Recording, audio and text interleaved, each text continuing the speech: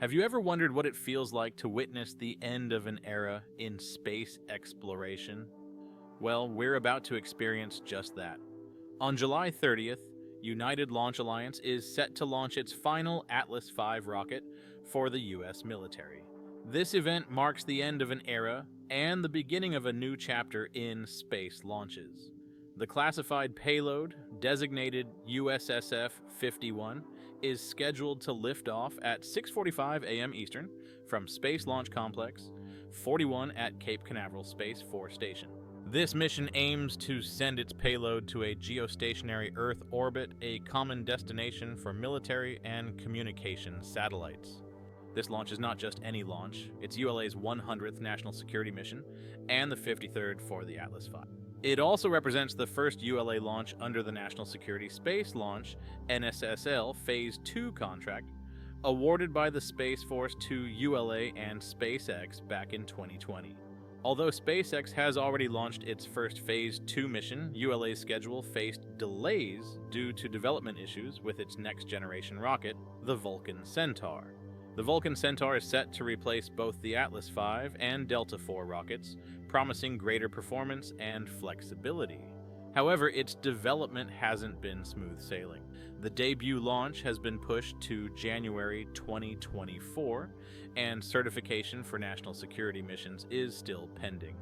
Originally, USSF-51 was supposed to fly on Vulcan as part of the Phase 2 contract, but due to schedule uncertainties, it was reassigned to the more reliable Atlas V.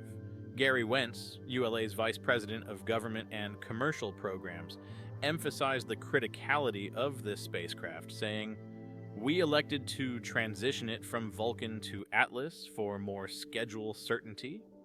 Despite the Atlas V's retirement from the NSSL program, it isn't disappearing just yet. ULA has 16 more commercial and non-defense missions lined up for this robust rocket, including crewed launches. While ULA works on Vulcan certification, 2 NSSL missions are in preparation for the new rocket, tentatively scheduled for late 2024, pending a second Vulcan certification launch in September. The transition from Atlas V to Vulcan Centaur is a monumental task. ULA must complete 26 national security launches by the end of fiscal year 2027. To meet this demanding schedule, they plan to increase their launch cadence to twice monthly. Space Launch Complex 41 is being updated to support both Atlas and Vulcan operations, ensuring a seamless transition. Wentz explained, "We have 16 remaining Atlases to fly, and these will be interwoven with Vulcan flights. Our systems are designed to accommodate this flexibility."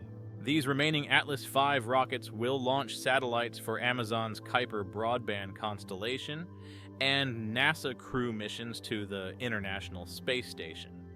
ULA's strategy involves a dual-track system at their launch complex, allowing for a parallel assembly of both Atlas and Vulcan rockets. This setup enables launches every 5 to 6 days as needed. The upcoming USSF-51 mission will be a bittersweet moment for many at ULA. Colonel Jim Horn, Senior Materiel Leader of the Launch Execution Delta, shared his sentiments, recalling his involvement in the very first National Security Atlas launch back in 2007. "It's been a strong partnership over these last almost 20 years on this program, and this has been our workhorse vehicle," he said.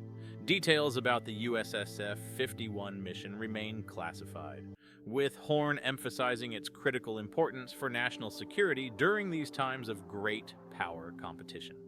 The Atlas V rocket for this mission will fly in a 551 configuration, supported by 5 solid rocket boosters and a 17-foot diameter payload fairing. The full stack stands about 196 feet tall. Following this mission, 9 out of the remaining 15 Atlas V rockets will also use the 551 configuration, primarily supporting Amazon's Project Kuiper constellation. As ULA gears up for this final Atlas V mission, they are also preparing for the next steps with Vulcan. The company will quickly transition to preparing for Vulcan's second certification flight after USSF-51. Wentz noted, within a week and a half to 2 weeks, we'll have the hardware in process for the CERT-2 mission.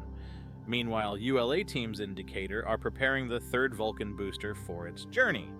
This booster will be used for the first NSSL mission aboard a Vulcan rocket, designated USSF-87. Dr. Walt Lauderdale, mission director for USSF-51, highlighted the close collaboration between ULA and the U.S. Space Force during Vulcan's development. He emphasized the importance of real-world data over models and simulations, stating, "There's no replacement for actual, real, live data.